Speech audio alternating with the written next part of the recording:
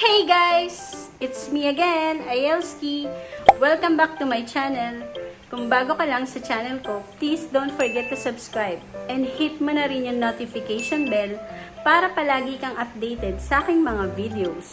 Sana namang masarap na pagkain or ulam ang lulutuin ko ngayon. So ngayon magluluto ako ng pork pinakbet at saka yung fried na leeg kasi para partner. Lumaki kasi ako sa lola ko na alam mo yun, kailangan pag nagulay ka, meron kang isang fried na ulam or kung nagulay ka, may fried fish ka, fried na, depende sa inyo, parang may partner siya, ganun. So, ang ipapartner ko na lang ay ang leeg, fried neck. Papakita ko ngayon sa inyo yung mga ingredients na gagamitin natin. Ito yung mga yun.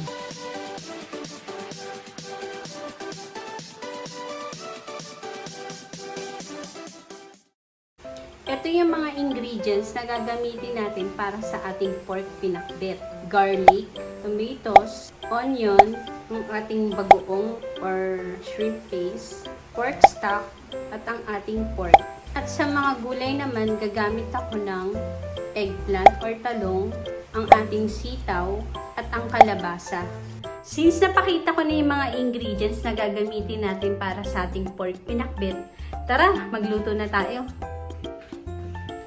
Ngayon guys, mag-start na tayong magluto. By the way guys, dun sa pork na gagamitin ko, pinaboil ko na siya kanina para pag ginisa natin siya, malambot na siya and hindi ma-overcook yung mga gulay na ilalagay natin mamaya. Para sa first procedure natin, so yan, lagay lang tayo ng oil.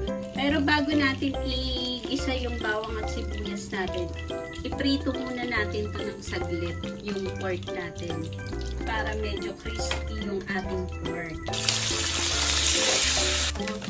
Baliktad muna natin ang ating pork. Ayan guys, set aside lang natin. Since na-set aside na natin ang ating pork, pwede na natin igisa ang ating garlic and onion. Garlic muna, ay onion.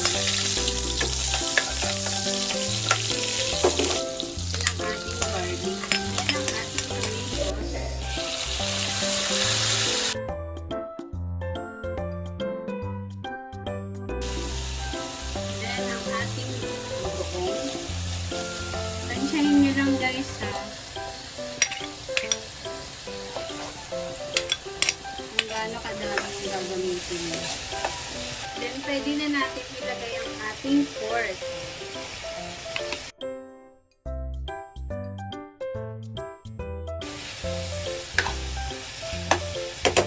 Ang ating pork start.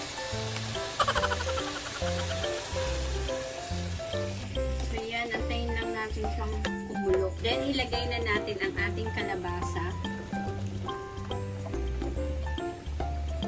Ang ating sitaw. Tapos, takpan lang natin ng mga 3 to 5 minutes bago natin ilagay yung talong. A few moments later. Ayan, sarap. Ayan guys, pwede na natin isunod ang ating talong.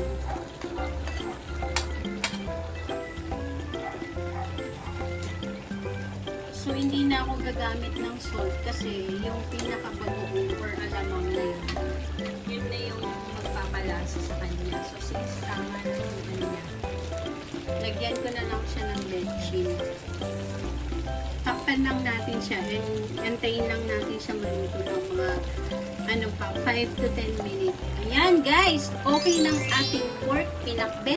So, since natapos na natin ang ating pork pinakbet, mag-fried naman tayo ng chicken neck. So guys, para sa inyong kaalaman, itong chicken neck, nilagyan ko lang siya ng all-purpose flour, cornstarch, tas garlic powder, then salt and pepper para ready niya. So antayin lang natin mainit yung oil natin. Mas mainit na siya, pwede na tayong mag-drop ng ating chicken neck.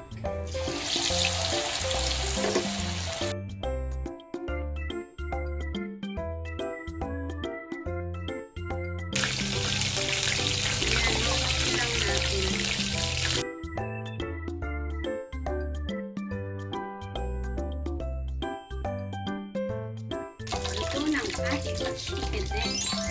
So guys, ito ng ating pork pinakbet at ang fried neck. Kakakain na. So yun guys, kakatapos ko lang kumain and hindi ko na na-video yung pagkain ko dun sa niluto ko. So end ko na tong vlog ko. Thank you guys for watching. If you like this video, please give it a thumbs up. Like and subscribe. Bye!